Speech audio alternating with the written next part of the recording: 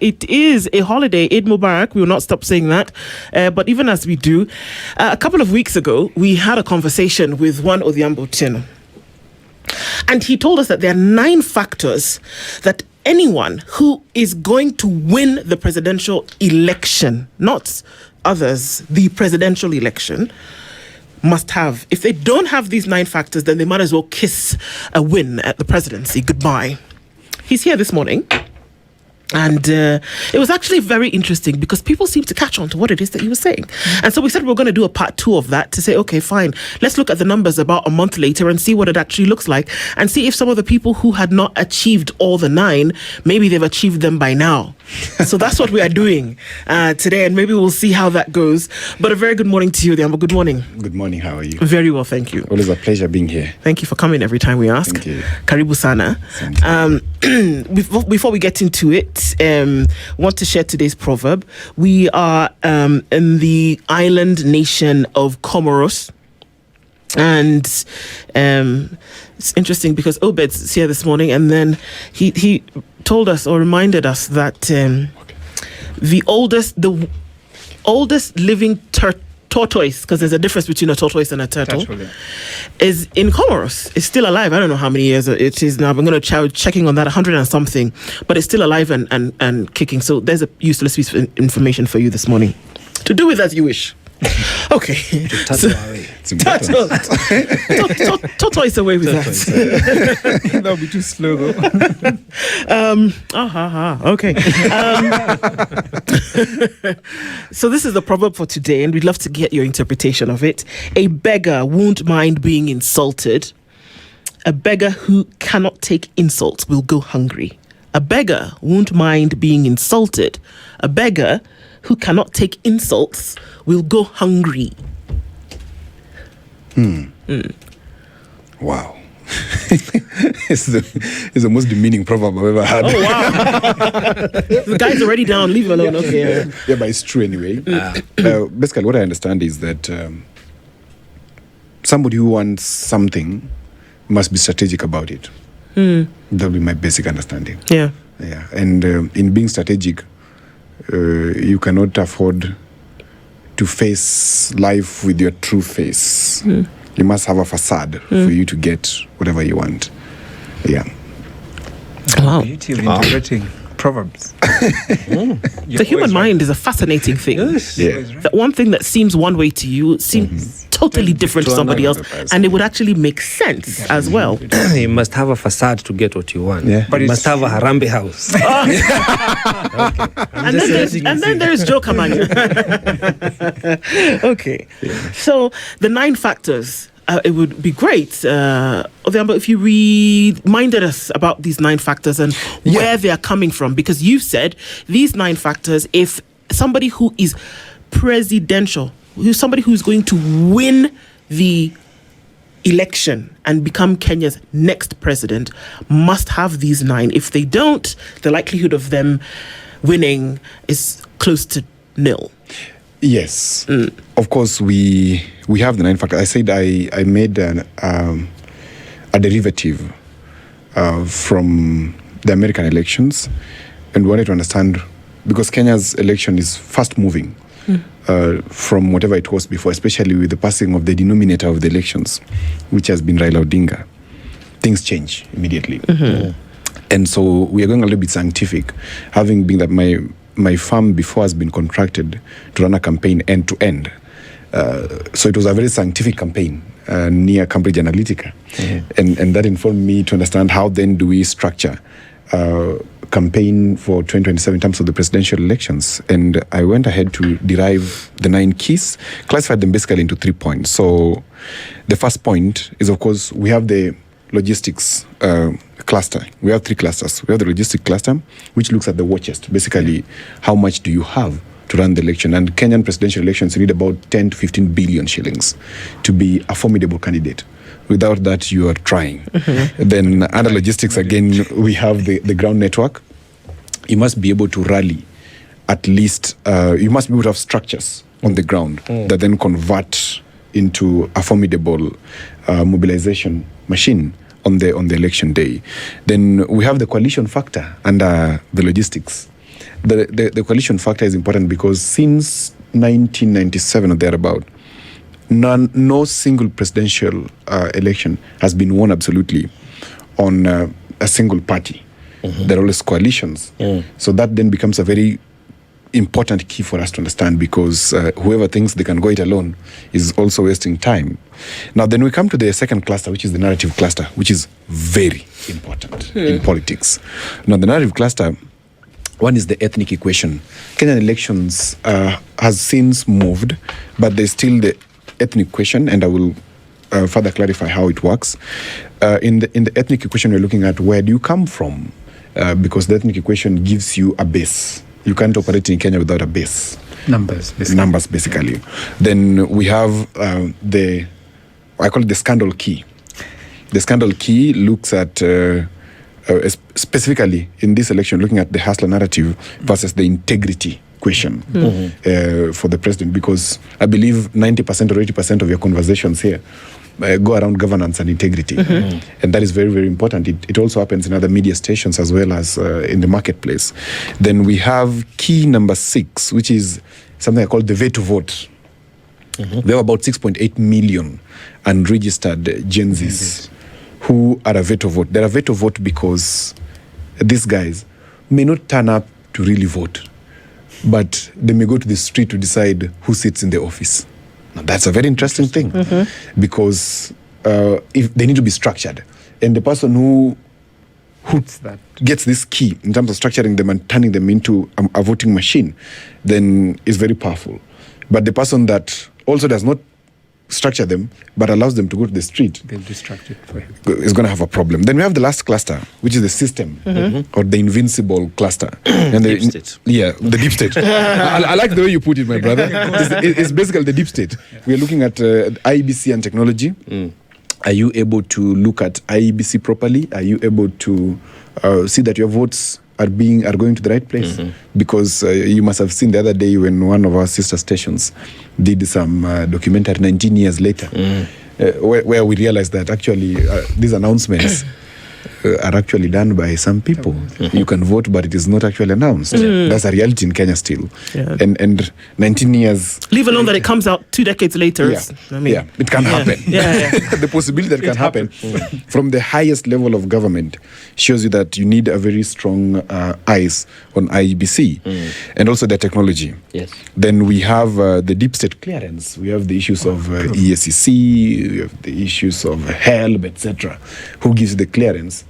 Because most of these politicians anyway, they have questionable character. Very many of them. So if you have the deep state clearance, that means you are good to go. And then my last key, of course, is the geopolitical consent. And I think that's where we started with last time, where we're talking about the diplomatic core. How is the candidate relating to the international community? Do they have that consent of the international community to carry along their interest here? Now, that said, today I would like us to look at a different way of looking at this. And that is the 3 key factors that influence the win or loss of any election. And one of them, of course, is logistics again. 2 is emotions, and 3 is identity. Okay. In the context of the current people who are there. So we are having the logistics question, we're having the emotion question, we're having the identity question. Now, these 3, they apply across the world. This is not specific to Kenya. So we only made a derivative of that and made 9. But now we want to understand the context of what applies generally in any country. In that you'll realize that there's nothing like a manifesto, for example. So manifestos don't really matter, because elections are basically emotional events that are masquerading as rational or rationable activities. Because you wonder why after every 5 years we will always be coming here and talking about the regime is bad, the regime is bad, the regime is bad. What were Kenyans doing? It's always a very emotional thing. So in understanding the emotions that come to play, there are only 2 in any election. It's either hate or love. There's no in between. Love who? Love for the politician or for the country? Love for the politician or love for the country. Hate for the politician or hate for the country. Okay. Like today, I would simply ask a question. Amongst all the candidates who are contesting, including the incumbent, there are only two questions that are happening here. It's either one is hated or is loved. And the hate could come from what I call strategic anger or righteous anger. And I believe you can see our brother Edwin Sifuna is holding very tightly onto what I call righteous anger. It's a very strategic kind of anger, where we're saying we're not just angry because we are angry. Unlike Omunyoro team, we are angry because ABC is not going right. 10 points agenda is not going right. There is the clawing into the political parties. There is misuse of public finance. There is etc. There's so much. So channeling that anger then becomes a very important skill for him. But now, to stick a bit with the emotion part of it, which I find very interesting. There is one emotion that this process is meant to give us as a country, and that is hope.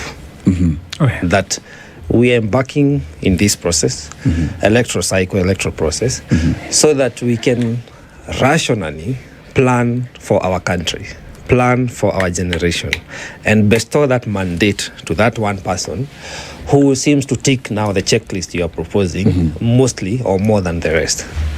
But you cite that we don't do that. We don't focus on that it's a very rational, organized procedure that we have to be very meticulous about. But we get carried away emotionally. And emotions are very fickle. Perhaps that's why we keep talking about the wave. If you're not in this party, the wave will sweep you off. Or if you are and you're not even a worthy aspirant or candidate, you're going to make it. Then when they fade away, the question you're saying, this regime is bad, what did we do, and not that. How do we switch from now the emotive part of it, which purely is very short-lived, to the rational aspect, so that now the checklist can be very purposeful?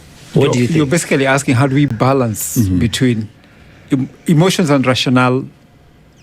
One has to be here at some point, another here. So probably very hard, especially to control with the masses. So I would like to hear how that... Well, elections are never won because of rationale. That's what I'm trying to say. That if you look at most of the candidates who are contesting, most of us who are inside this room are better than them by far. When there is no election or interest. Yes. But the only reason why they stand out as being who they are and nice for the public is because, one, they have the confidence. And two, is because they know how to take advantage of charisma. Well, it's not really charisma, but you could say that. I'll tell you about exceptional leaders. That exceptional leaders were charismatic. Like, for example, right now, I believe everybody in Kenya will write and say, "We miss you, Baba." Oh yeah. Everybody, whether you were supporting him or not. It's true that. Because there's a gap that has been left. Huge one. That gap is of a leader who happens to be once in a lifetime because of charisma. That's a leader who is altruistic. A magnet. Yeah, he can leave his interests for the sake of the nation. That's very rare amongst the politicians. It is, yeah. They always put their interests first and forget about the public. In any case, the public follows second. But for Raila, you found that it was first. The public first, then him later. Now, that said, you find that in this question of balancing, you can't really balance. What you have to do is this then is entrusted in the particular leader in this sense. If you look at the organization of politics, the school of politics basically, the reason as to why you, myself, yourself, and you would want to elect a politician is because of two things. A leader, that is. One is because this leader carries the identity that I have. And two, I can put my sins to him and he perfects it. Like maybe we have a subliminal hate for something. We could be having a subliminal, let's say we were at war with another country. And we have subliminal hate for that country. We want the person who will stand out as perfect hater for that country. Embody that. An embodiment. Exactly. That's what I wanted to say. It's an embodiment. So we look at the person who is the embodiment of our negatives or the embodiment of our dreams. At any one time, these two do not sit together. Sadly. That's why if you look at the American election, for example, the cycle, you'll find a very sort of perfect president, be it Republican or Democrat, then the shift to something you wonder, what's going on? Then the shift back to something that looks sensible. Yeah. Then again, something that, Actions are different. why again? What's wrong with these people? So you find that in us, we have just like our hands. Yep. We have the very bright side and the very dark side. Yeah. It's also in us. It's our character. So balancing that becomes difficult. It's only one that wins at a particular point. Is that love for country, love for politician, or hate for another politician, or hate for a particular issue? Now, your list has changed. It's not a 10 points agenda, it's a 9 point. It's a 9 point. Yes. Has since been revised. Has your short list of the would-be or the presidential aspirants changed as well? And who are we looking at today? Exactly. Exactly. It has shifted significantly. And I'm happy that, Ndu, this is about a month after we came here. Yep. And Joe has to be happy, and I think that's why he's asking that question. Oh, you must be very happy, right? So the particular things that have shifted. Yes. If you look at the first key, for example, let me just go back there. Sure. Allow me. So that is the war chest. Your chest, yep. Yeah. The war chest, we have... let me go by your candidates. Which candidate do you want to know, for example? We have Jimmy Wanjigi. There we go. Yeah. We have the incumbent. Yes. The outgoing, sorry. Yes, We have yes. the outgoing. Oh, you have the outgoing. So my candidate is Jimmy Wanjigi. Of course, I know. Yes. I remember meeting you somewhere with him. Yes. yes. So, Jimmy Wanjigi scores in the war chest. The only doubt I have with Jimmy is one. Yes. Jimmy Wanjigi is a businessman. He understands what I call acquisitions and mergers. And looking at return on investment. Unfortunately, politics does not operate like that. Politics is, if you want to succeed in politics, then you must do something gamblers call Bottomless, double betting. throwing money there, You throw money everywhere. So that when the current regime maintains, you're there. When the opposition enters, you're there. When you get it, you're there. So Jimmy has the money. He's costing the war chest question. The only thing is, I don't know if he's willing to use the money. But he has it. Absolutely. Intensely. So it's only in this race, it's only Jimmy Wanjigi and President Ruto who have the war chest. Dan and Ali. And if you ask me, I will tell you later on where Jimmy Wanjigi needs to put his money. Okay. Yeah. If you look at Kalonzo, he struggles with the money question. Yeah. Meaning what? He doesn't have enough of it? Well, Or he he's not hasn't using started it in the right direction? He has been around for about 40 years in government or so. He's one of those few politicians who you won't point at their investment in town. You won't point at any significant corruption case that they're engaged in. And you can't really find anything meaningful in terms of a reserve or even the market that can invest in him. The return on investments on Kalonzo is very low. Okay, let me ask. Yeah. Doesn't that then make him a best option in terms of what you'll be looking at in terms of the ideal presidential candidate So has not stolen? So this is a practical the morality. lesson. No, I'm just speaking. Yes, teacher. Yes, teacher. And this is exactly why we're having this conversation. Yeah.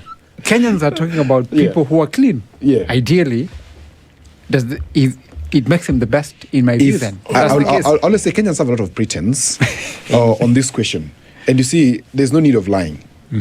If Kenyans are serious about going for the ideal candidate, Kenyans must be able to fundraise it, yeah. Yep. Yeah. And Why? Yeah. Why? Because, okay, you want somebody to have 10 to 15 billion. Which business do you do that can give you 10 to 15 billion? A reserve, just to burn. And throw just to just burning 10 to 15 billion shillings. Who has that kind of money?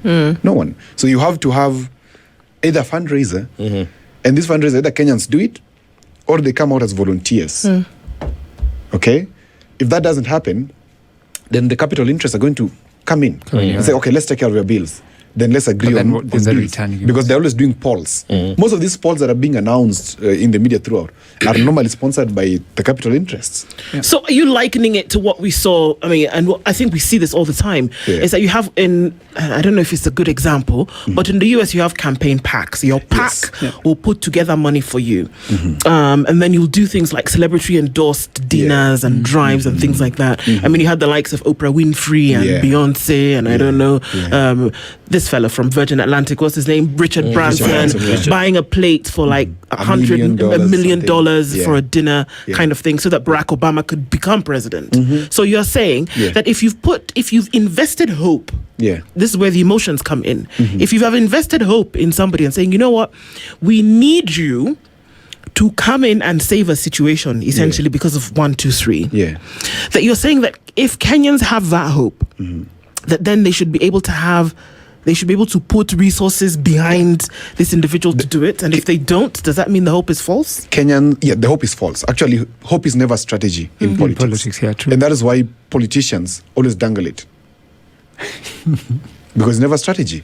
It is a special, it's a means to an end. They're like, there's some hope, we'll do this, we'll do that, we'll do this, we'll do that. But if I'm going to invest my, leave alone 10 billion, 1 million shillings, I have to recover it. So that's the return on investment. That's the return on investment. So if Kenyans truly want to see idealism, they're talking about, of course, Kalonzo looks like the safest pair of hands. They have to invest in their dream. But Kenyans are not willing to invest in that dream. In fact, if today you say you're going to contest for that MP position, and then you say Munichangie, they will ask you, are you serious? Are you serious? They're done with it. Where was that talker? So the emotional beat, correct, the watchest beat, Wanjigi and Ruto succeed in that end for me. The rest of them struggle. Then if you look at the ground network, again, on that side, Wanjigi Hayuko. I've always said, let him come from the bunker. I think he's hiding in the bunker for too long. He needs to come out. Ruto did 5 counties yesterday. Yes. That is it's immense. massive. That is somebody who understands ground network. But then the fact that he has the state largest somewhat, it backs him up. Of course. That's the power of incumbency. Exactly. It helps him a lot because he's doing government projects, and in that he's benefiting a little bit.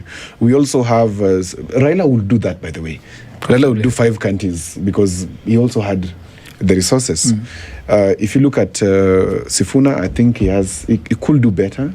I think he's lagging behind, but he could do better. Kalonzo, waiting the sidelines. Can I go to this, please. Back to this emotions? Is that when you see who holds the hearts of the people at the moment, from the folks that we are looking at in this number, who holds the heart of the people? Who holds the hearts of the people? I started by saying something called righteous anger. Yes. Because the question in Kenya today is that President Ruto came on the hustle narrative. And there was that hope again, that things were going to get better, etc. But one thing he didn't tell people when he got in, what he should have done. If I was his advisor, I would tell him, let's go and talk about the debt. Let's point the debt where it belongs. It is not our hell to carry. Let's give a speech and tell the people that the person who has hurt us as a country is the former president. That is the fact. All these loans were taken under his watch. And now as Kenyans, we have to agree how to move forward. Kenyans would understand. Today, the president is carrying a load which is not his, if you ask me. Though he was the deputy to the same president. He was. For a record 10 years. He was. Full term. He was. That is, the statement you're saying, I've made it before. It's like me saying in my house that if something goes wrong in the past 10 years of my marriage, you blame. I blame my wife. And you've been part. And I've been the head of the family. Unless my wife was the head of the family, that would be a crazy thing to think about. Because yes, he was part of that regime, but all of us saw in that very regime what was going on. And if President Uhuru took or supervised the taking of those loans, because there's an amount of money in this country that you cannot transact without presidential approval. Correct. And that is to the tune of 5 billion. You can never. No minister in this country can transact 5 billion without the presidential knowledge. So I would have asked the president to do that first. Then ask Kenyans for consent. That for us to move forward, these are the options ahead of us. That's communication you're talking about, because he would have carried the people with him. Exactly. Unfortunately, now he's saddled with that problem because he did not tell the people. Exonerate himself in a way that was, we find ourselves in this position, we need to move forward. And he hasn't carried people, but he's pandering and trying to say this is what I've been able to achieve. So that dilly-dallying has hurt him because the question then becomes now, he came on the narrative of he's going to reshape the economy, but people are saying our pay slips are attacked. People are saying there's no hope in the economy. People are saying it is too difficult. But if I was the president, I would just say that, hey guys, we need to move forward.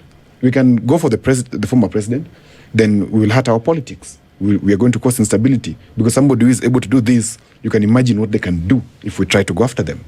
So the only option for us to do as Kenyans is to move in this particular direction. Today, Kenyans will still be fighting with him, alongside him. Yeah, but also he knew what he was walking into. He knew. And that's why I'm saying this is a communication failure. Yeah. Exactly. If he said what I'm telling you today, Kenyans are able to understand that we were messed by a particular person. It's interesting that you say that, because some of us studied this thing called communication, right? Yeah. And one of the things about it is that because there is an agent of communication, there has to be the desire to communicate in order for that communication to be effective. Correct.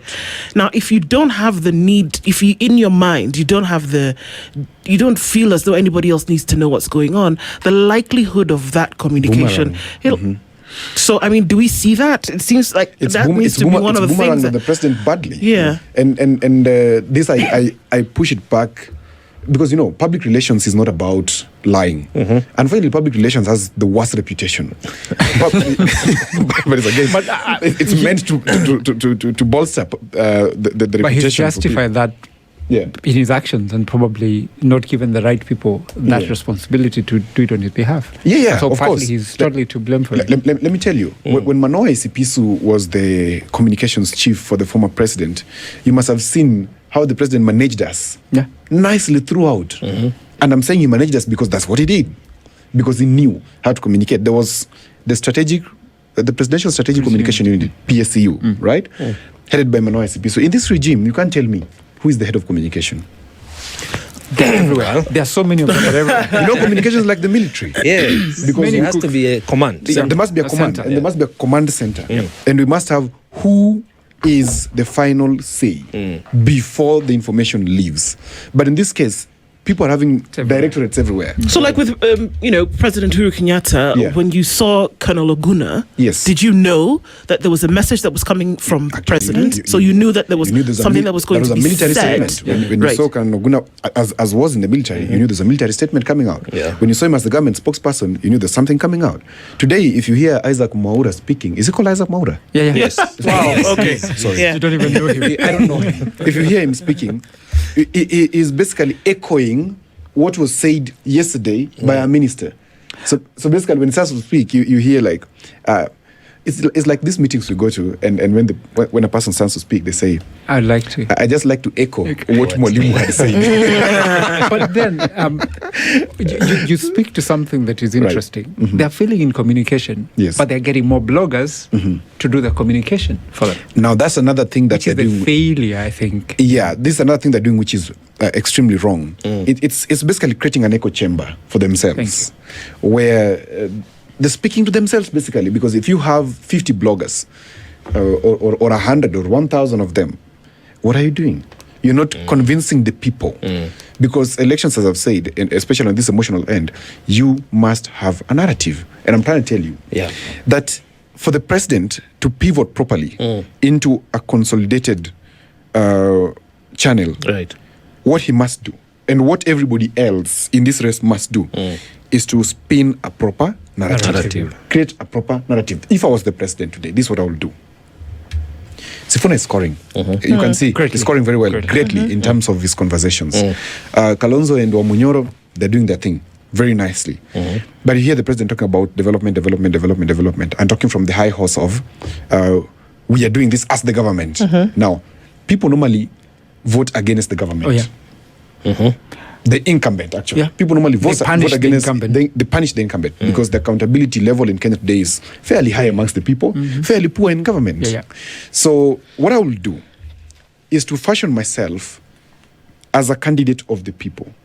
I would never take to be the big dog that he is. I would take to be the underdog candidate. And I would say, hey, the persecution is still on. But from your list of aspirants, who is playing out as such a person, or also a person who may be having a people-centric narrative? Because some people have narratives or slogans, but really they don't speak to the people. They are not people-centric. So from your list, because the checklist keeps changing and is maturing. Right. Who is that person whom you feel could be the underdog, is people-centric, has the right narrative, that matches the needs of the nation? Because again, this is not just a fashion show. It's not a circus. We're talking about our people, about the economy. You raised the important issue about the debt that the former president really abused, and the incumbent has continued to do the same. They cannot call each other on the issue of debt. So it's quite a very significant conversation to have.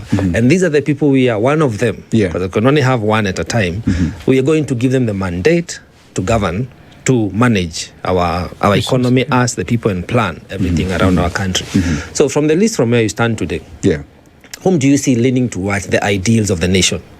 Of course, Sifuna holds it for me. Sifuna holds that card because he speaks to the heart of very many people who are calling on accountability of state resources.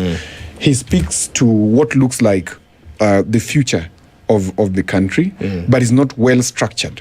There is that you can get a feel of what he's looking like. But what you lack is what is the... It's not pointed. It's not pointed.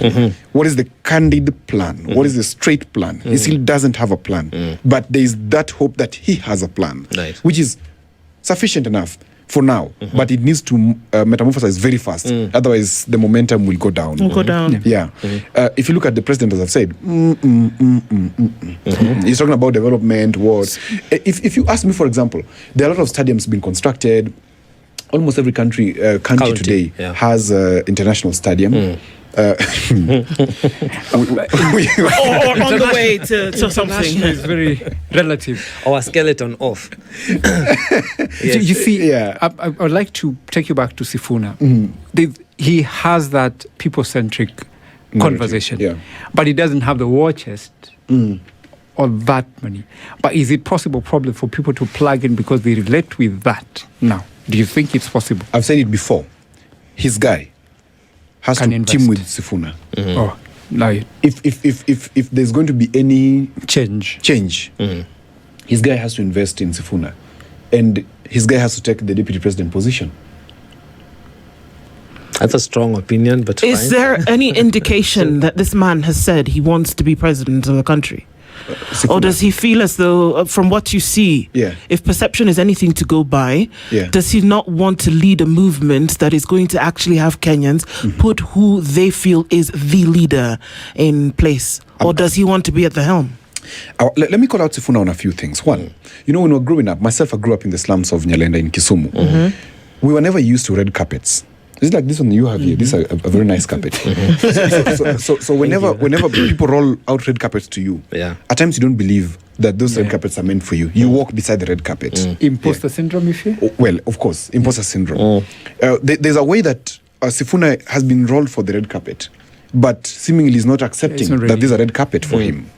Because today we are about 14 months to the next election. He's still struggling to fight within ODM. That means he's not appreciating the red carpet that is rolled out for him. And I'm saying this with utmost good faith, not out of hate for him. Because this has happened to me as well. So I'm talking about something I know. Sifuna didn't come up from a presidential family, sort of. But there's a red carpet right there, but he's walking right beside the red carpet. Now, why am I saying this? If you ask who amongst these people is looking like can win in 2027 or can pose a formidable challenge for the president, absolutely for me, it's him. It's who? Sifuna. Absolutely. You think from your opinion? Because also we have been suffering, I think, in my opinion, in this regime of the Peter's theory. We promote someone to incompetence. Do you think that if we gave Sifuna the instrument of power, that if we trusted him to be the leader of our government, he would transform this country? Or from the list that you have, are there better persons that could transform this country? Because again, it goes back to our country. It's not about the liking of the person. That if we bestow all the instruments of power to Sifuna as we are knowing him, because there are questions that come up about his role in the Senate regarding Nairobi matters and other issues. Everybody has their own closet that we deal with over time towards an election. But if we gave him the instruments of power, would Sifuna serve us as a good president? That begins from the question of what do we need as a country. So if we find out what are the needs that we have as a country, then we can then point out to who can help us sort them. Of course, on that front alone, I send away people like Kalonzo or Munyor. Because they've been around for long and done nothing. They've been around and done nothing. They should not even stand anywhere to talk to us about anything meaningful. Because they're just the same monkeys, different forests, or the same forest, different monkeys. That story doesn't really matter.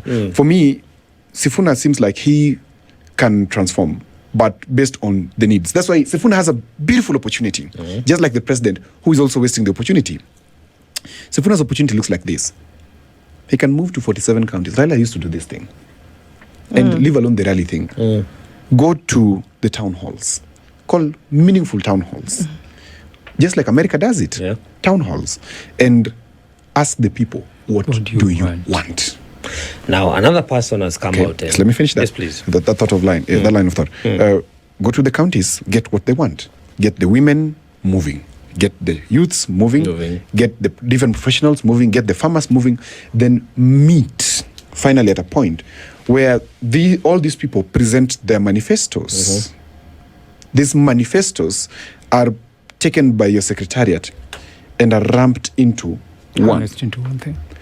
So you have a guide from the people, not from your head. And it looks like a people's project. So people are investing in you. You are not coming to tell them what you think, because I always say the world doesn't revolve around us. We have so many people around. Let's include everybody. In fact, in development communication, you're told, don't ever do top-down kind of. You know that? Never works. You're told always consult with them. The solutions are with the people. Right. Then come to Nairobi or wherever, I will say KICC, or go to Kasarani, the stadium, fill it with all these people. Or the new bombers. Which is unlikely. Because the state won't allow you. Go to Kasarani and talk to your people and launch this manifesto. Maybe by January. This is what Sifuna lacks. Okay. This is what he could have done already. And even the president, and even Kalonzo will do it. But Kalonzo is too relaxed. He's achieved He's much. always relaxed. Okay. Too Now, relaxed. Allow me to ask. As a country, we seem to have concluded and agreed that we're in an economic crisis. We are. And until we address our economic issues, it will not matter who is the president of this country. So, because the argument is that the outgoing president, hopefully he'll not be a president after the 10th of August election next year, but he's not going to take away our 12 trillion debt. That is something we must manage as a nation, as a country. So if we agree that that is the problem, is it not wise now for us as a people to start matching, as you're saying, matching all these aspirants so that we eliminate those who do not cut the mark with the needs that we have as a country, with what we require for the next 5 years? This is what we need. Address the debt issue. Revise our fiscal structure, look at all these pilferage of resources, follow the rule of law, just honor the constitution. That ought to be the direction, in my opinion, that we take, so that now we start looking at you as an aspirant against what we need. Now, whether we like you or not, whether you have the money or not, whether you're holding an office today or not, whether you have been elected before or not, if you don't match, if you don't have the skill sets that we require, the idealism that we are looking for, you don't qualify to be an aspirant. That then brings us to the second point, which is the question of identity. So emotions are scored on the question of who loves who better, and who hates who better. Because when you go to the ballot, I've always said, you're not going to vote, you're going to betray. Punishing. So punishing, basically. In the ballot, we punish. So, for example, the president right now stands at a risk of being punished more. Yes. And he has to rework it very fast. He must get people who are good in spin to spin him very fast into punishing other people and not him. Because in the ballot, people don't vote. Now, in the question of identity, all these candidates need to identify with the watchmen of the country. The Mama They need to identify with the Mama Mbogas meaningfully, not on story. Meaningfully. They need to form a party. They need to form an identity that talks about economic renaissance of Kenya. They need to talk about the economic freedoms of Kenya. One of the key questions that they should address, for example, if I were in their teams, I would tell them, we must have the question of the debt ceiling as a referendum question. That before you go beyond 12 trillion that today we are at, you must come and do a referendum in the whole country. It's going to be extremely difficult. So the people have to agree. Basically, you won't do it. So we sort our question. But as you speak, the reality also we face, despite the fact that identity that you're talking about, we also know that whoever walks into that position will have a very difficult task. Maybe is it about then carrying the aspirations, but also telling them that we are going to face very difficult times for a certain period to be able to get to the point where we want? Can I tell you that it's not a very difficult question? The economic question is a very difficult question. It's a decision question. Okay. In the following way. To finance our health sector, end to end, without any other question, we need about 165 billion per year. Or let's say the highest, 300 billion per year for health. We raise 2.95 trillion in this country per year on source revenue collection. Yes. Okay. Correct. So, if health is 165, education is about 700, then the part that we've avoided most, which we should invest in most, is agriculture. Which I will tell you, one thing that we have to do, and I like what the president started with, that we can't be a consuming economy. We must be a producing economy. Then we lost it in between. We went into building stadiums. If you ask me, I would tell you. It's production. It's not production. According to you. It's not. It's not production. What is it? I mean, that's capital investment. Okay. But how many times have you gone to a stadium to watch a match, for example? Me, a lot of times actually, but maybe I'm not the poster child for. Stadium have you gone to? Well, the last time, Nyayo, when the CAF was at going on. No, football. Okay, so it happens like twice or thrice in a year. It's really capital intensive, but it has no return on investment. Basically. Okay, I'm not an economist, but this is something I know. I hear what you're saying, though. Yeah, everybody needs to eat, for example. Yeah, true. And you must eat. I will give you a very simple example. I come from Homa Bay. I grew up in Kisumu. We have the lake. Today, we are eating fish from China in Kisumu. But we have the Gulf, called Winam Gulf. That we can specifically have a proper policy on fish cage farming. Proper. And have fish from Lake Victoria sell to East Africa and beyond. Number two, Kitale is well known for maize production. Rift Valley is very potent for maize production. Kisii is doing very well in agriculture. If you come to a place like Taita Taveta, I went there the other day, there's this sisal that is coming up there for me. Now, if you see sisal coming up in Taita Taveta, it means they can plant agave plant, which is used to produce tequila. If they produce that en masse, and of course, and have a production line here, we can have tequila produced in Kenya, being sold to East Africa. Basically what I'm saying, every country has a competitive advantage. If we invest in production, instead of building these many stadiums, it's a good thing. But how about we invest in expanding the agriculture bit of our country? Because that's our backbone. Agriculture is going to employ people on a value chain. Agriculture is going to give consultancy on a value chain. Agriculture is going to make the SGR that is going to Kisumu now very useful. Agriculture is going to make Kisumu International Airport have a cargo, whatever, that's going to help us move the fish and whatever that we get there out. What they must do, all these candidates, is to have a proper identity on economy. Because the question in 2027, I can tell you, is not about who loves who as much. The identity is who is going to solve our poverty. Because people are saying the world is moving, we cannot remain poor. And so it's very easy. Let us have an identity around, like Malema did it in South Africa, economic freedom fighter. I was expecting Sifuna, for example, to form a serious party called the People's Renaissance Movement. That is going to be meaningful, but I don't know why he's shying off from it. You expect him to leave ODM and start another party? Exactly. If you come to my culture, the Luo culture, once a man hits a particular age, he's allowed to go and build his home. Not that he hates the father's home, just because there are things that he can't do in his father's home. He has to go and do them in his home. For This is where you say he cannot marry two women in his father's home. Yes. But he can marry two women in his own home. Is this the realization of the red carpet in front of you moment you're talking about? Exactly. That you have to mature. He has to mature very fast. It calls on Sifuna. And I've said this, it's not out of hate. I would like the president to have a serious candidate opposing him.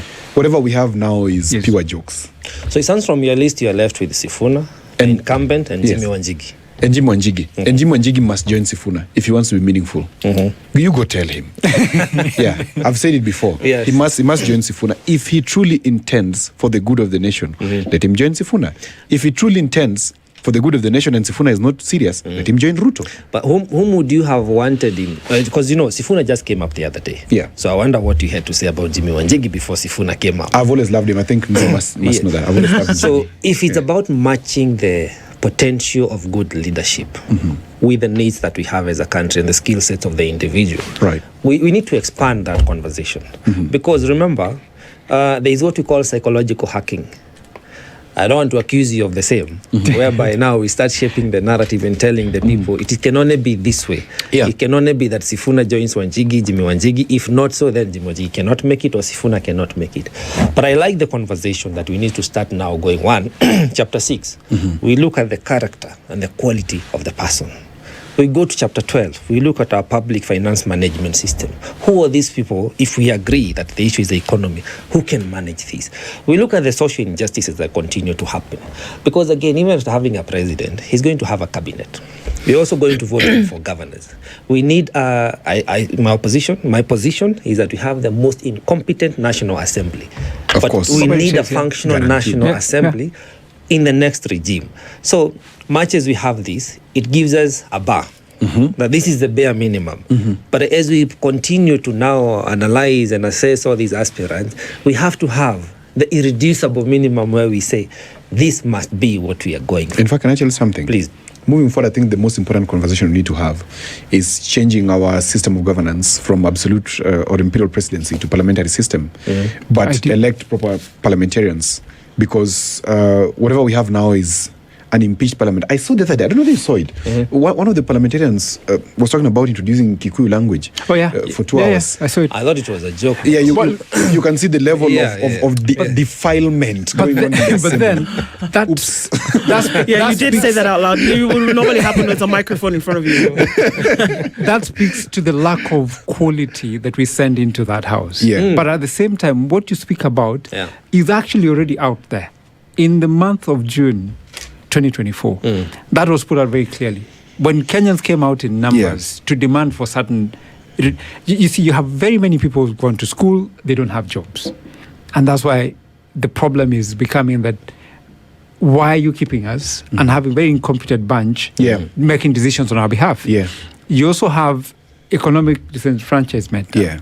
Young people have nothing to offer in terms of economic value. That's why people are running away from, thinking of marriage. They're finding it very difficult. Actually, that's a very important conversation. So the standard has been set. We know what we want. The problem is, how do we turn that anger into something that becomes realistic to what we are aspiring for? Can I tell you something interesting? I was talking to my partner the other day, and she was telling me, emotions only sit for 90 seconds in your body. Then they go. So it's very difficult to anchor on flimsy emotions. You need to harvest the emotions and channel them into something positive or meaningful or productive. And I agree with you absolutely that the biggest problem we have in Kenya, actually, if you ask me, will not even be the regime per se.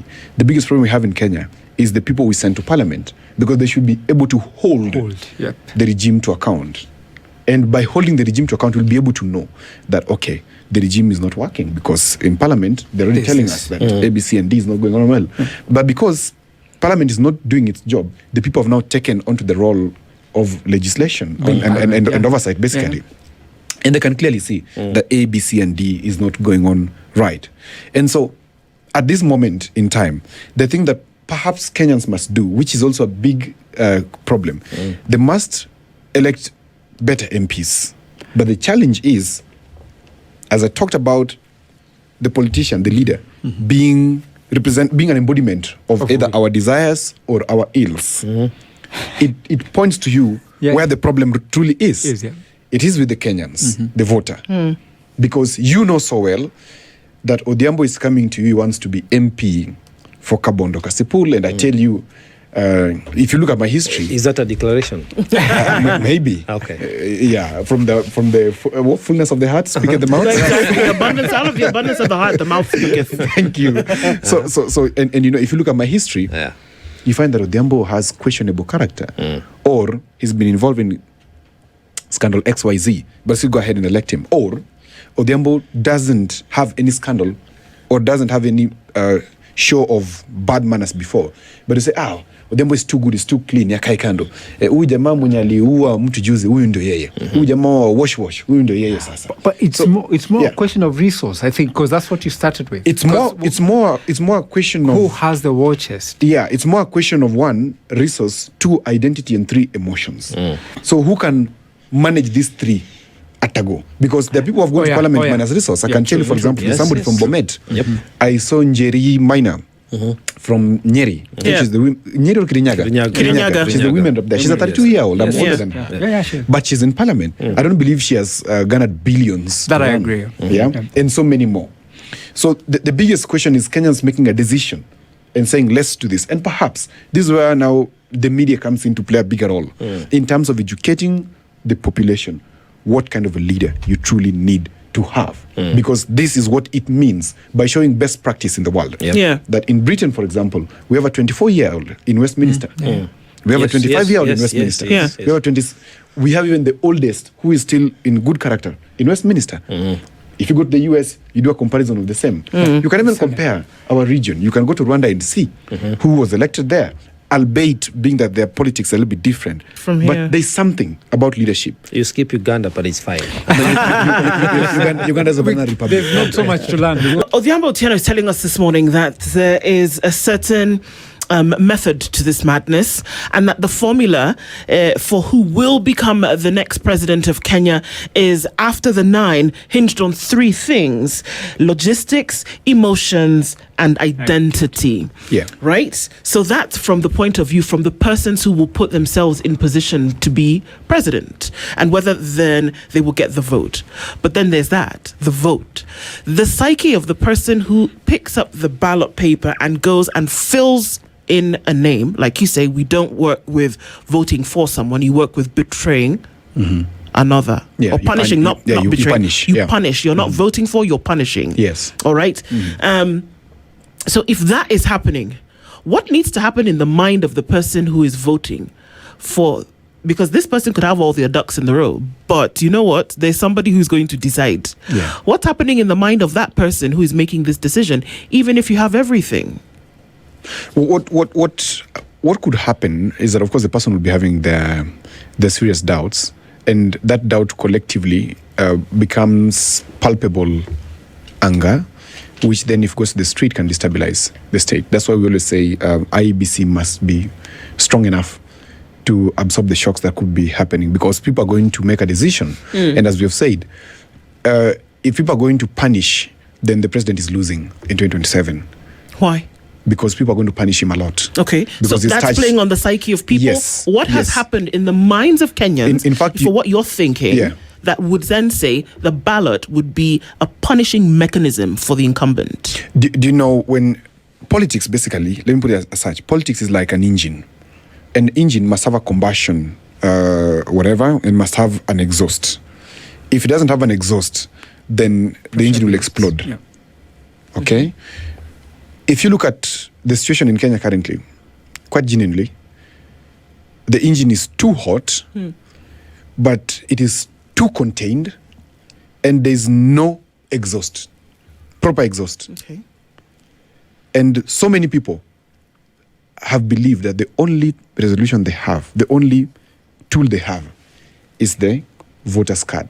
And they're waiting for 2027 with a lot of hope, with a lot of faith, that when they go into that polling booth and they punish the president by telling him, go home, it is going to be announced as such. If any monkey business is played around here, then you are probably going to see a bit of a problem in the streets in 2027.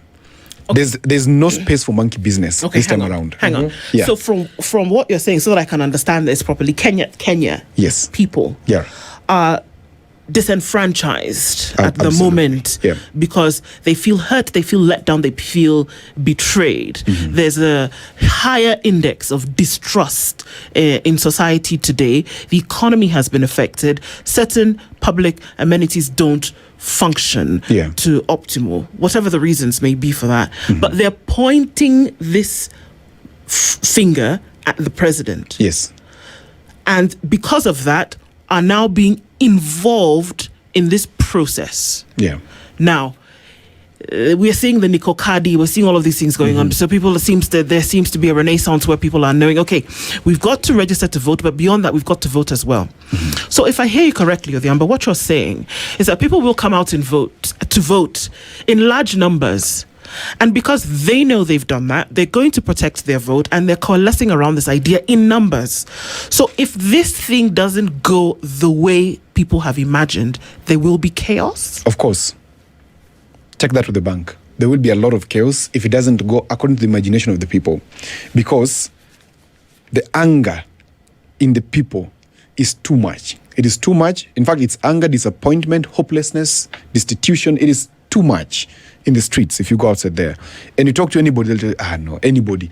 Right now you ask them, is there any other candidate? Well, nobody has declared per se, meaningfully, but anything but. Now, when you reach a level of despair where the people are saying anything but, it means whether you get it, people will not be there for you. They'll want you out regardless. The best thing that should have happened already is to allow an exhaust. But the regime has refused to allow the exhaust to exist. Because whenever the exhaust exists for people to have a conversation, they're beaten. When the exhaust should be there for people to have proper, meaningful conversations in terms of rallies, they're tear gassed. What are you doing? What wanakuweka kwa roho? They're waiting for you. They're saying, wewe, at the corner, tukutana. Tukokadi. You know, tukokadi is a very interesting, very interesting narrative. I love it. What you're basically saying is, this is a question of survival. Survival for the incumbent, because they will do anything to try and stick to what they have. And the ordinary folk also is thinking, I am so oppressed. I'm so pushed to the corner. I need to find a way to get out of this corner. Yeah. And so when that is the case, and it doesn't happen, let's give this bad picture probably. It doesn't happen as Kenyans hope. The incumbent remains. Are we looking at a situation that we had in 2007, 2008? Or it can't get to that extent? And also, that picture of hope that if it happens, will there be an easy handover of power without any contestation or issues around it? Look, I'll tell you something. In 2022, when I was in the Azimio Secretariat, one of the things we knew for sure was that there's no way President Ruto was going to win. That we knew. In fact, we were certain. We were even distributing the roles at State House to ourselves. I can tell you. What role did you take? Something huge. I'll be coming here with a flag or maybe. So, we had agreed on a few things. And that false confidence, or that overconfidence, complacency blinded us. We even rolled a red carpet at KCC. You must see it.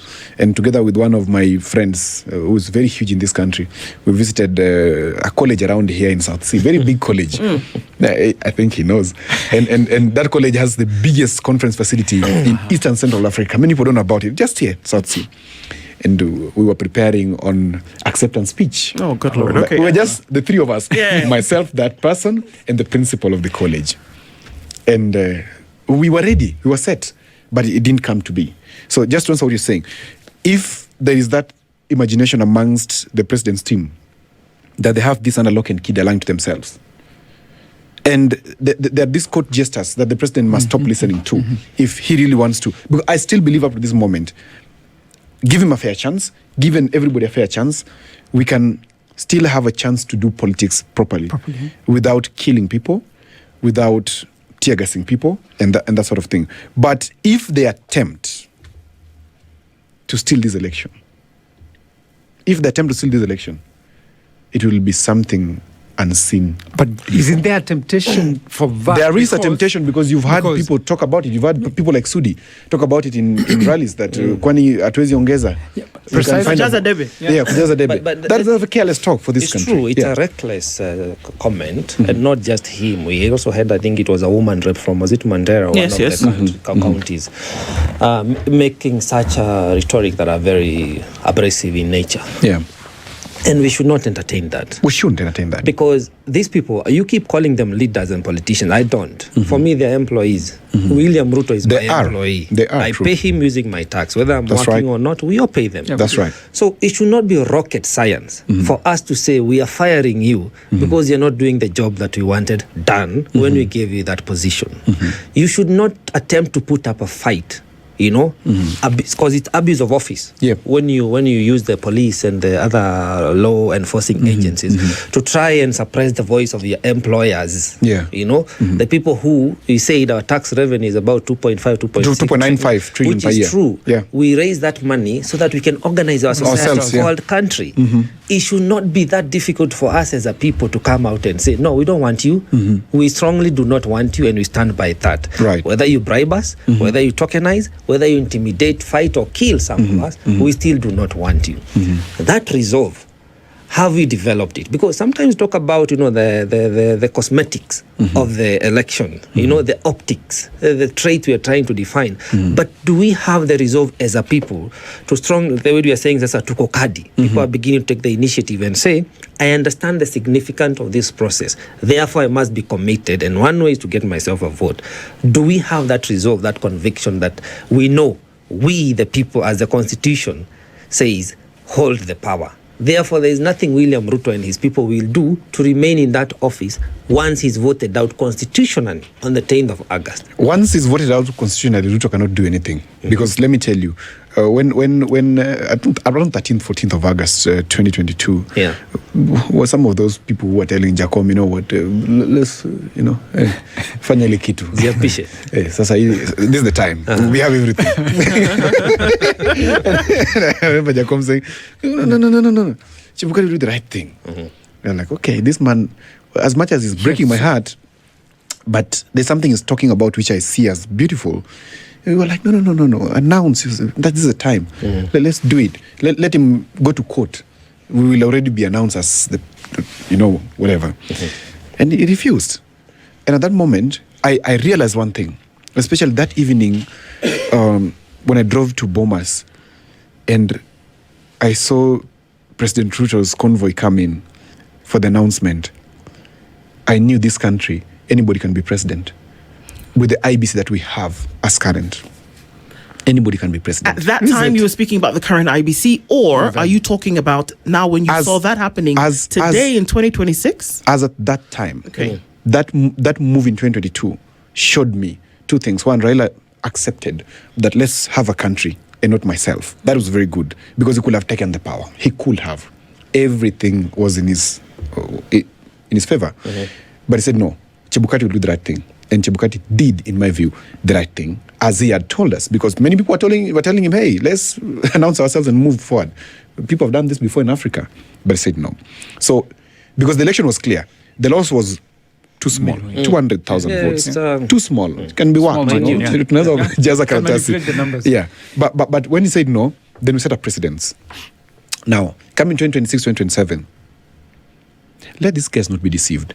This I know for sure. As much as I could be having goodwill for them, let them not be deceived that you can rig an election in 2027. This guy is the regime. Yes. Let them not be deceived. If they try to rig the election, we will have no country. That I'm certain of. Because the level of frustration that people are having, if you don't give them a proper plan out of it, especially by telling them how you're going to, not telling them how you're going to, by demonstrating through practical means how you are relieving them of these economic pressures.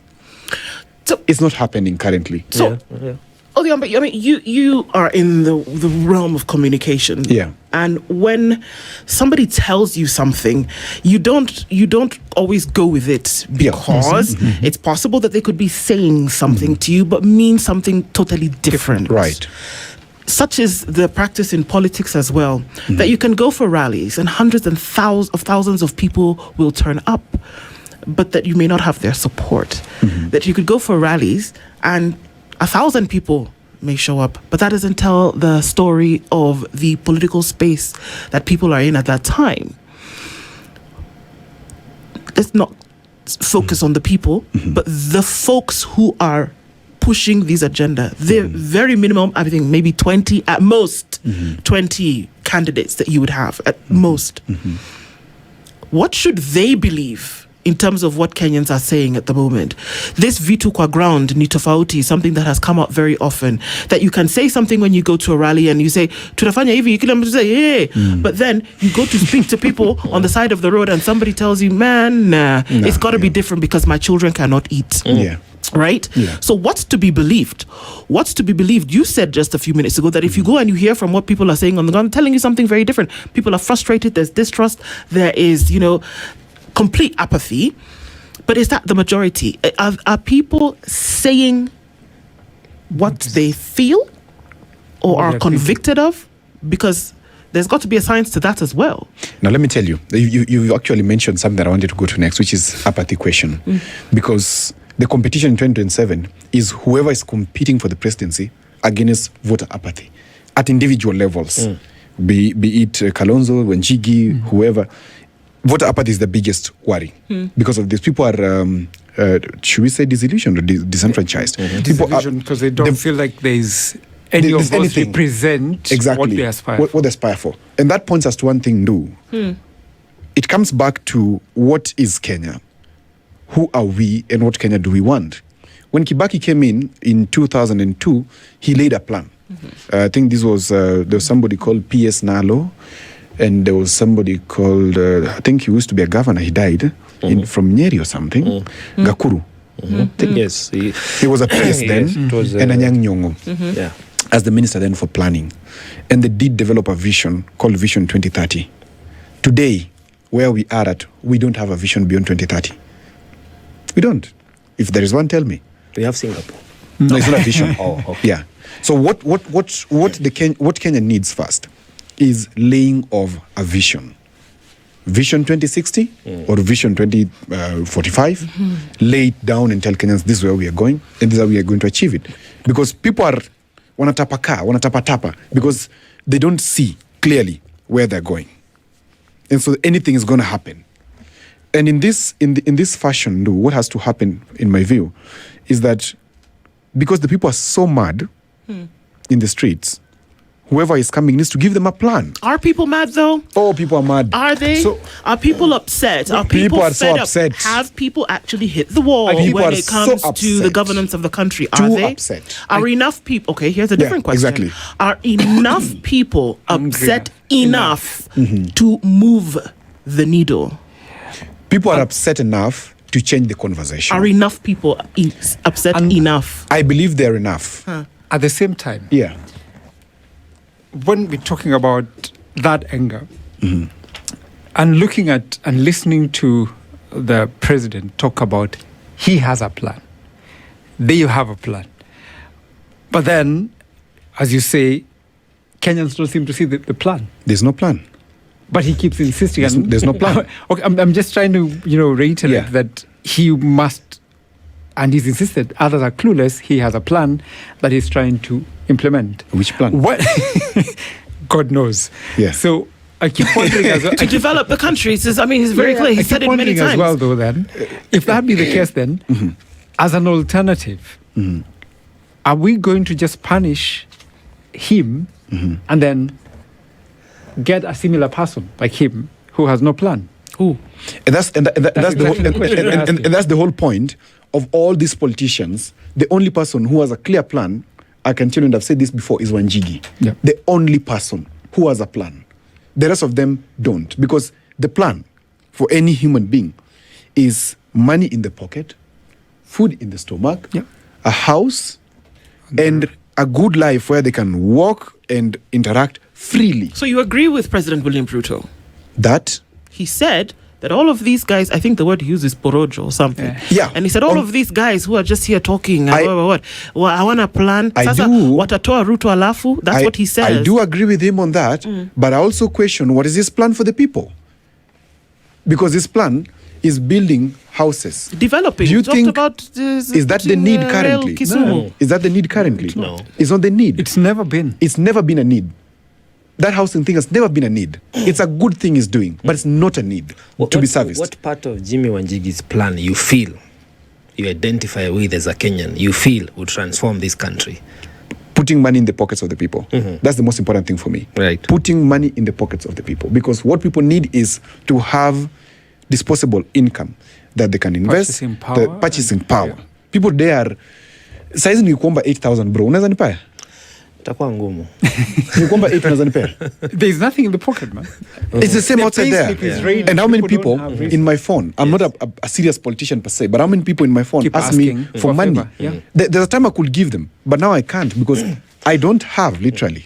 So you believe, Yeah. because Jimmy Wanjigi stands for public funded education system, what Yes. we call free, basically. Public funded health system without this deduction of shisha. Yeah. An end to domestic borrowing. A reduction of the VAT from 16% to around 5%. And we stop domestic borrowing, and we stop paying these odious debts that we pay. Those 5 things, which is the fifth agenda of the Safina Party led by Jimmy Wanjigi, are the things that would spur the economy. Can I tell you? Yes, please. The youth of this country want the following, and I can speak because I'm a youth. One, they need money flowing in this manner. They want to be able to have their businesses running for at least 5 or 6 years tax-free. Because we are embracing the private sector. We want to do business. If you've ever started a startup, you know the struggle between the initial capital injection and coming to revenue and then coming to profit. It does not happen in the break-even point. The break-even point. It's such a pain. It takes a minimum of 5 years for you to break even. Now, and not all businesses, of course. The youth are understanding more of gig economy. How about wataki 8 to 5? You want to work for 2 hours, 3 hours, 4 hours. You want to work per hour. And you want to have multiple gigs. Options, Where in a month, in Nairobi, for example, you need to have a minimum of about 300 Gs in Nairobi for you to be live comfortably in Nairobi. And that's whether you're poor or rich. You need what I call a universal basic income. Now, in the US, for example, or even these other countries, you find that people earn between 1,800 USD to 3,000 as the average per month. We can get this through gig economy. What do we need? We need the president, or we need the regime, or we need the government to structure better and have. We're not asking them for jobs. It's a lie. They can't give us employment. It's not there. It can't be enough. We are asking that can they, in fact, we're not asking, we're demanding. It's our right. Yes, it's our right. Can they create an environment that spurs development? And how does that happen? Stop borrowing from the local banks. Because and leave that for leave that. You're crowding us out. You're crowding us out. Once you leave that, the banks will be stranded with money. And they'll start saying, Andu, how is your account doing? I can see you have some 100 or 300 here. Andu, we can buy your loan that is existing with Bank XYZ. Or, hey, we have now too much money that we're even willing to go into venture capital. We want to support businesses and buy into your shares. Take this credit card. Take this credit and do something. We need credit in the country, in the hands of the people. Right. Because now today, banks, the biggest business they're doing, because people could be wondering, economy in lakini banks are registering. They're the only guys who are making profit. Yeah, they're registering a lot of billions. Domestic borrowing from the government. Because of domestic borrowing from the government. Right. So we need that done. Number 2, what the youth need. And just before I come number 2, he said something very important. People who are born in the 90s, for example, and even some in the 80s, are not willing to marry today. Not because they don't want to marry, but how are you going to take care of a girl and your family? You don't want a child to go to a public school, for example, because the public school has been run down. You want to take your child to a private school. Private school, the minimum you'll pay today, a proper private school is 50,000 per month. minimum. Minimum. That's a proper school. Or 50,000 per term. Per term, actually. Per term, 50,000. Now that means in a year you need 150. Now, where is this person going to get this kind of dignity if they don't have the money? So marriage ikae. for now. I'd rather struggle by I'd rather struggle by myself, not to disappoint other people. people's children. Okay. Number two, what the youth need in this country, validly and the demanding so, is the right to speak freely. And today people are fearing to talk. Some of us who are even coming here to talk, we know. And so many times that we've come to talk, after talking, we've been called. People just want a space to talk, to express themselves, to do their political things freely. Which is almost necessary. Which is almost necessary. But that very point is being thwarted. Article 37 of the Constitution. They've been told, ukiandika kitu kidogo wewe, why are you writing like that? You should wait, usigonge serikali sana. Stop being so negative. Stop being so negative, The third thing that the youth need in this country is let the systems work. We have institutions. Majorly that. Let the systems work. I believe in Like I said, I used SGR from Mombasa to Nairobi. I used it to Mombasa. Why am I using SGR, for example, and I could afford an air ticket? It works. Yeah. It works. It's proper. There's decency in how it operates. It's sort of a public institution, and it works. If I want to go to Kenyatta and find Kenyatta working, I don't need to go to a private hospital. I don't need to go to a private hospital. I need to go to JTRH in Kisumu and find it working. I need to go to the police and I find the police working. It's the systems that we're talking about that ought to operate, that people actually yearn for. Yes. And anybody who stands in the way right now of having a working system is the one that's going to be punished. It's going to be punished. That makes sense when we say it. It makes sense when we say it, and you could almost see it in a book. It could be a chapter in a book somewhere because it sounds so proper and orderly. But because let's be realistic here. Is that the reality? When some politician comes to your estate or somebody comes to your village, are you thinking in that moment, all right, this is the man or woman who's going to insist and not take anything less than working systems? Are you I keep going back to the mind of the person who is activating their power by voting. That are we thinking like this? And what's going to get people to think like that? Because until and unless we think like that, this is an exercise in futility. It may sound foreboding, but it's the truth. That we have to get ourselves to the place whereby we are thinking that if we don't make the connection between poor working systems and bad leadership, we are sunk. It's the truth. Can I tell you something, though? God has given Kenyans a beautiful opportunity. Sometimes God communicates to you in a very different way. God introduces pain for you to be awakened because you've been operating for a long time based on people lying to you. But this time around, it is right inside your pocket. You're feeling the pinch. It's calling upon you to feel the direction of where you need to go. Are you going to say that for another 5 years, I'm going to choose to support a regime that has suppressed me? Or am I going to choose a regime that is going to work better for myself? In fact, if you ask me, you need a regime ambao unaweza kushtua. This is something Kenya needs to understand. If you have a regime that you can't shtua, a regime that can stand and say, this will never happen again in this country, this nyinyi mtajua. No. You need a regime that can listen. A regime like Kibaki's regime. He did something bad in 2007. But before that, it's a regime that could listen. A regime that Gidongo would go and tell him, Bwana Rais, as a PS, XYZ is going on. And the PS will not be sacked. Instead, Kibaki will take action.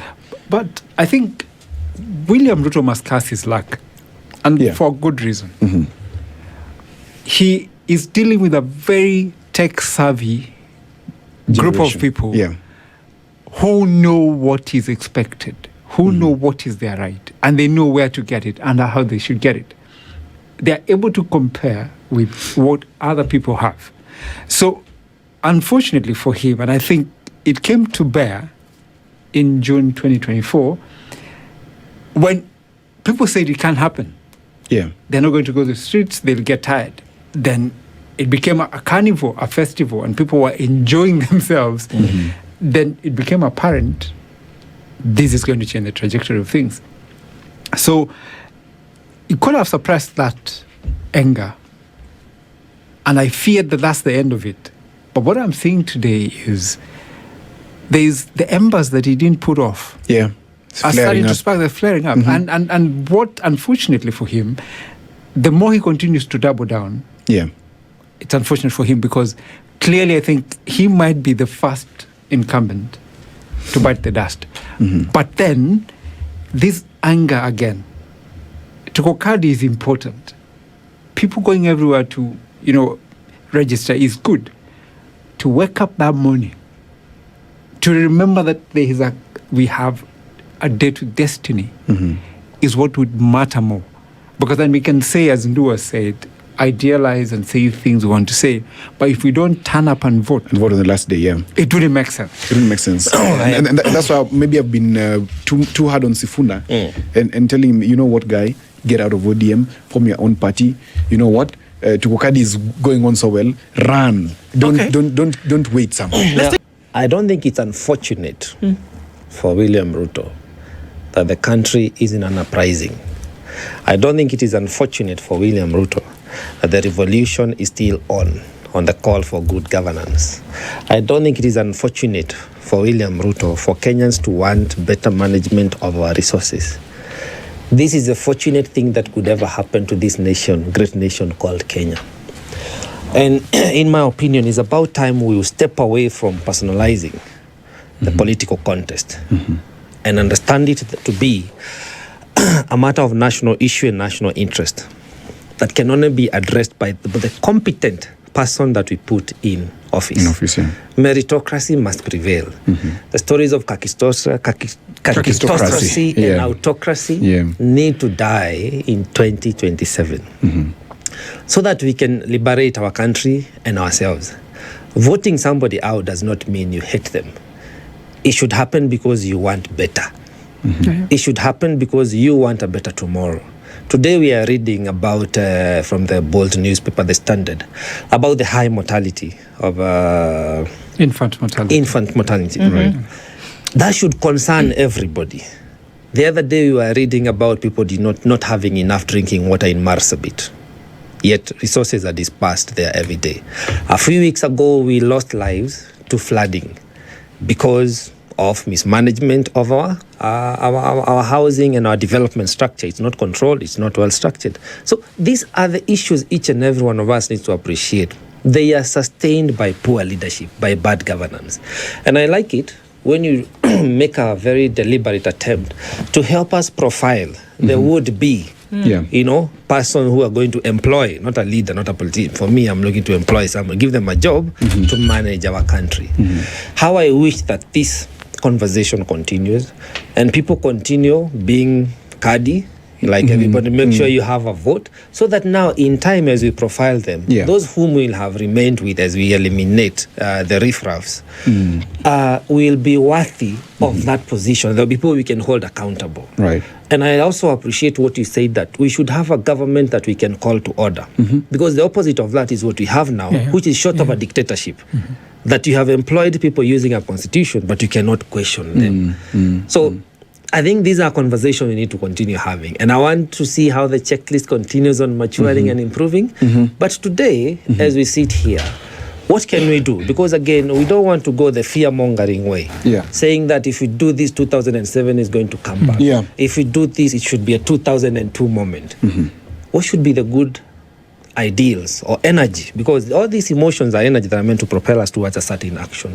Where should we be as a nation today? What the right conversation to be having today towards the 10th of August, the date with destiny, as you say? The right conversations, in my view, is again determined by the people themselves. But they should not be hooked onto the political rhetoric. Because the politicians are looking out for themselves. The people must look out for themselves. Now, the politicians, of course, are going to try as much as they can to fashion this thing into the identity, the emotions that they want. And of course, a competition on logistics occurs in terms of who is investing more and who has what more to lose in the economy. Now, one of the conversations that we must have as a country, especially those who are forward-looking, one is the vision. The country must have a vision, because regardless of the politician that then takes the helm, we are having a vision that we have agreed upon as a country. Yes, the Constitution is our binding document, but can we have a vision that says this is what we want to do and this is how we're going to achieve it, and these are the things we're going to do to achieve it. Kenya National Bureau of Statistics, for example, has every prediction, including up to, I think, 20, 30 years from now, on what resources need to be deployed where. Actually, if you ask me, we really don't need politicians. Just that we have to have them, but we really don't need them.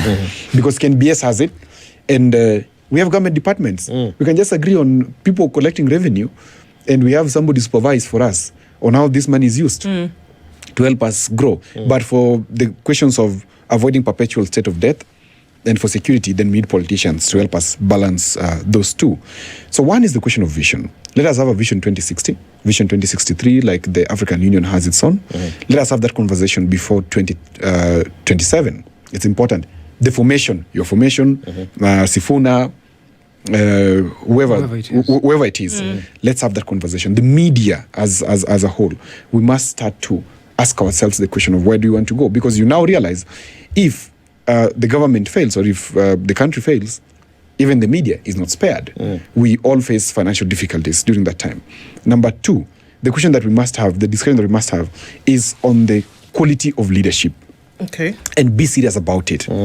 We must start talking positively about coming off our tribal horses and look at a leader for the merit that they are. In fact, I would go something like the Rwanda situation. And I would say, you know what?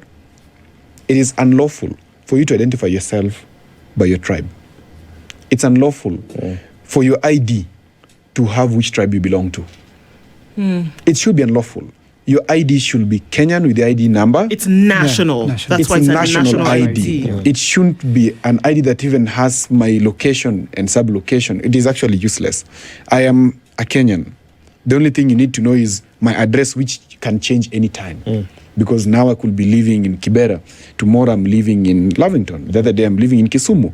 That address is what I need to update with the registrar of persons. But we need to do away with this thing of tribalism, because unfortunately, my brother, when it comes to 2027, quite a number of people will fall back to the tribal question. Because as I said before, Africans, there are tribes which love this thing of stealing. That if you are a thief, then you're celebrated at home, because you can go to the other community and rob their cows, rustle their cows, and bring home. It's an economic activity. So stealing for some tribes is actually an economic activity. And as long as you identify along those lines, there are tribes who are too many in this country by number that they will just want to steal. Our thief. Our thief. That's our thief. You're calling him a thief, you ni mtu wetu. And I can tell you, for example, I want you to do a random sampling today once you're done with this session. Go to some of these hotels in town, any hotel, big hotel. Then just say hi to the people you find at the lobby, just randomly. I know. Then you can come back another day and tell them conversation. Who did you meet in those lobbies of those hotels. Some of them are not working, but they're just hanging out. You know what I'm talking about, yeah?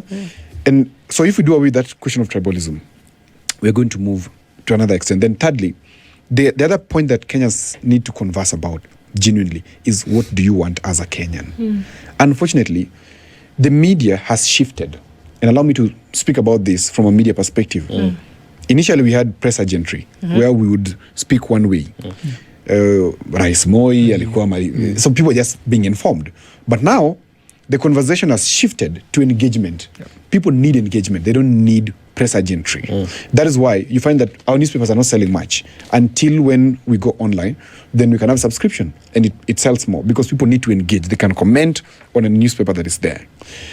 The media needs to run programs that engage the people on the Kenya that they want. Because people are getting lost, living in the third person participle. That they're living in, I want to live, but if things happen to me, it's not because of me, it's because of the government. Can we talk about your role, your responsibility as a Kenyan? So that when you go to the election, you vote knowing what you're going to vote for. Let me tell you, in 2007, then 2012, I think I saw then ECK, then IEEC, and then IBC. do something very interesting. They used to have civic education. I saw them in my village in Kabondo, where they used to come and hold civic education in terms of which kind of a leader you need to elect. They used to talk about it.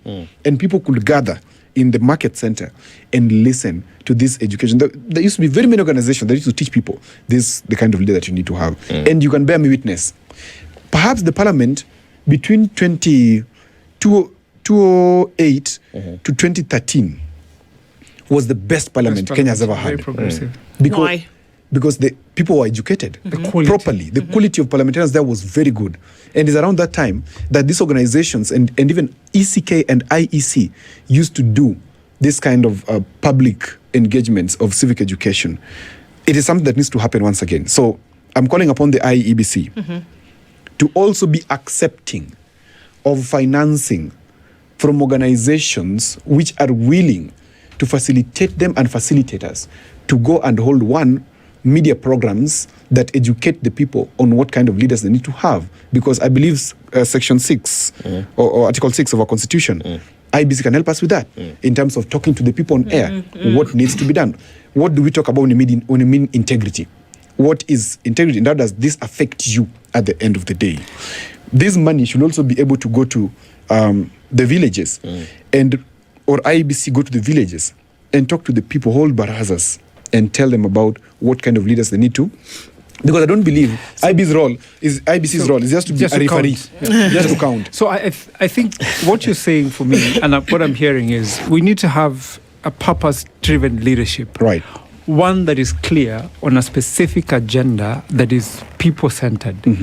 But even when we do that, at the center of all this is, and I think critically for me, is the element of how do we redistribute our resources to ensure that everybody feels that they are part of the country. Yeah. The competition that has come and has been for a long time is because some of us feel isolated, excluded, and not part of the national eating cake that we call. And I don't even know why we call the country a cake in the first place, because then you start to look at the country as food. Yeah. But let everybody participate, not in paying taxes, but also in enjoying the value of the taxes that we're paying. So you speak eloquently, and I love the fact that young people are pushing the agenda. What needs to be done probably to push that a little bit is, remember when the Gen Z movement was happening, people are translating the finance bill into their local languages. Yes.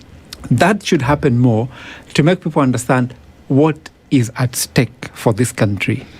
Honestly speaking, if we continue in the trajectory that we are, we'll come to a halt and everybody's going to suffer. We don't want that. We were given a country, we can live it better. We have a generation, and weirdly, Kenyans go out there, build other places. Yeah, like London. They create, the traffic system of London. The metro actually designed by Kenyan. So it's not a lack of capacity and ability, but it's people are stifled. That's why people want to show you Kwaheri Kenya, probably the best part of the airport that they show, because it looks beautiful. Even the brain drain we are currently experiencing in Kenya is just too huge. Because you go to school, you have an opportunity to come and improve your country. You don't have the opportunity to be able to do that.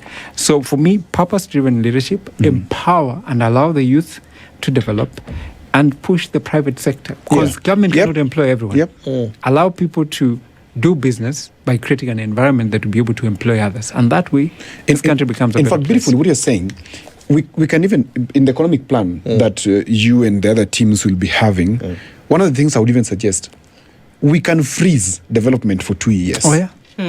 We're not going to die. We can't. Fix the fundamentals. Yes, let's fix the fundamentals. We can freeze it. I like some that Oparanya did in Kakamega.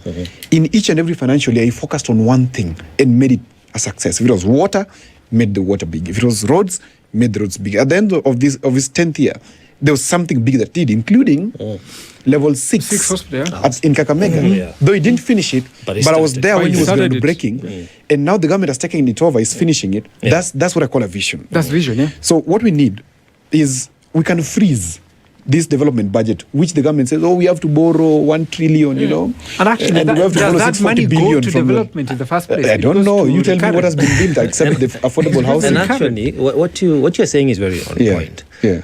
We don't need to freeze development.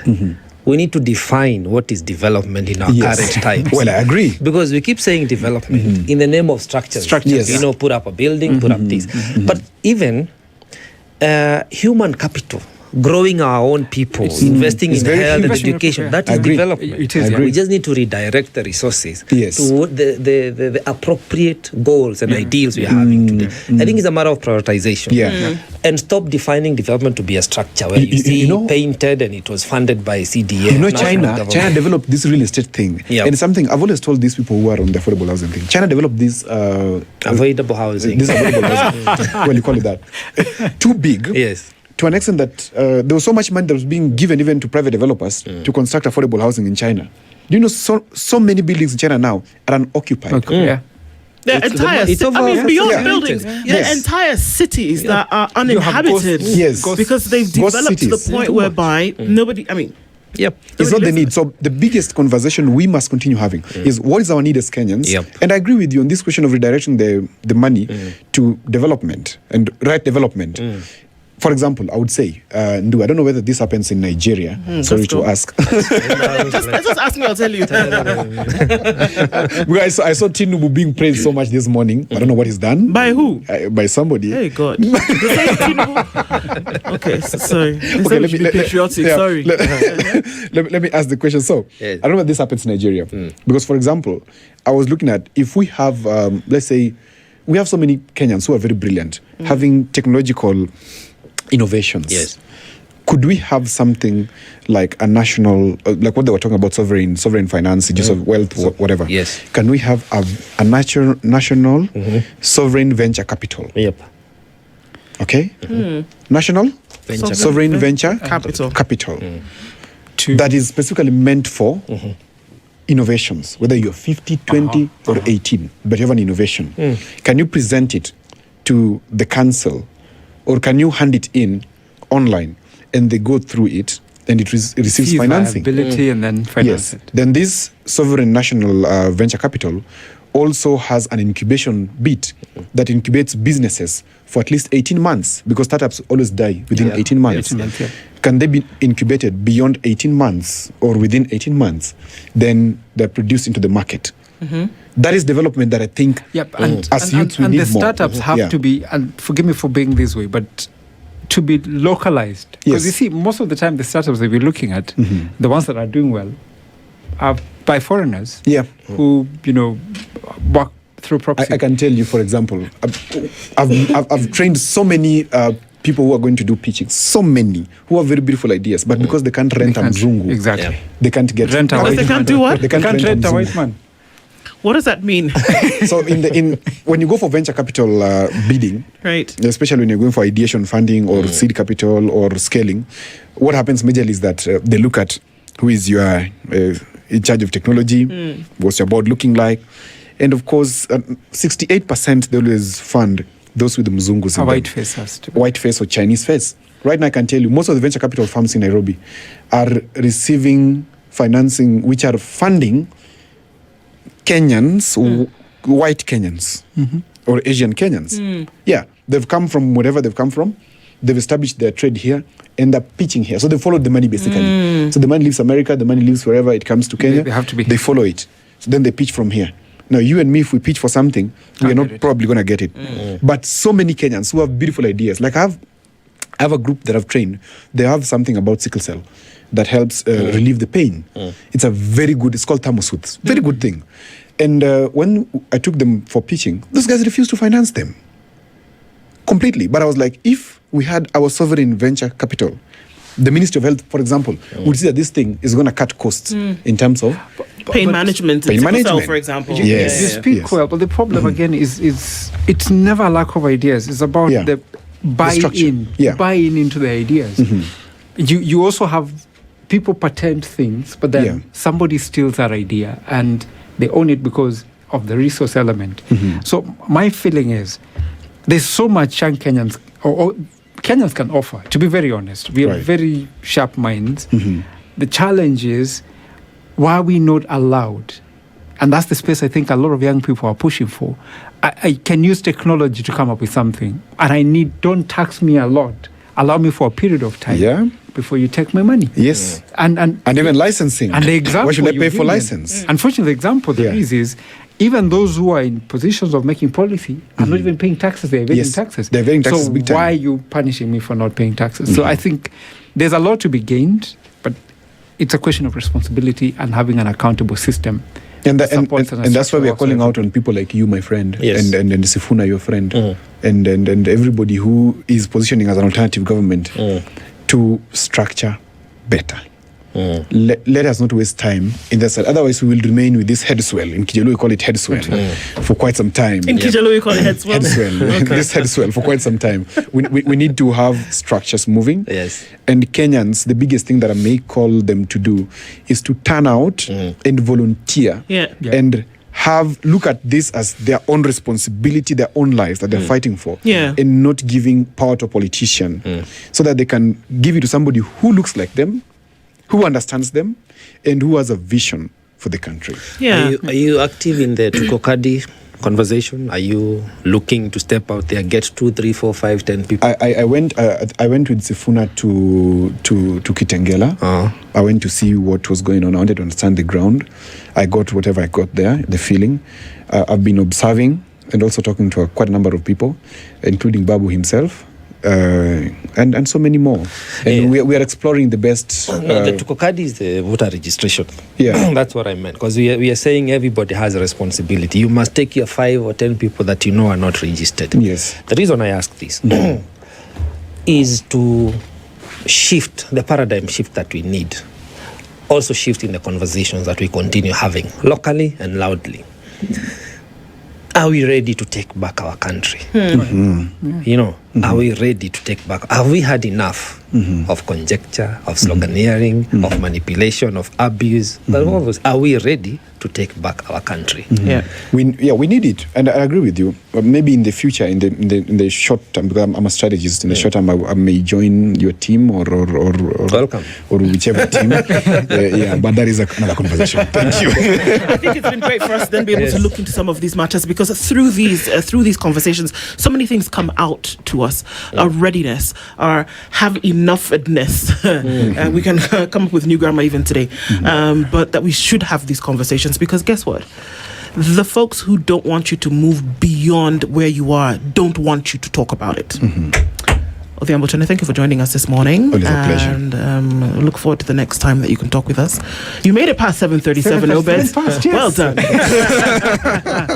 we jolted your system today, but thank you for joining us, and look forward to doing this again. Eid Mubarak, everybody who is celebrating the end of the holy month of Ramadan. Thank you for being here on the Situation Room with us. Remember, the team and I, Joe and Obed, thank you for keeping it the Situation Room for the last time this week. Talk again next week. Have a good day. This is the Situation Room, the only way to start your day.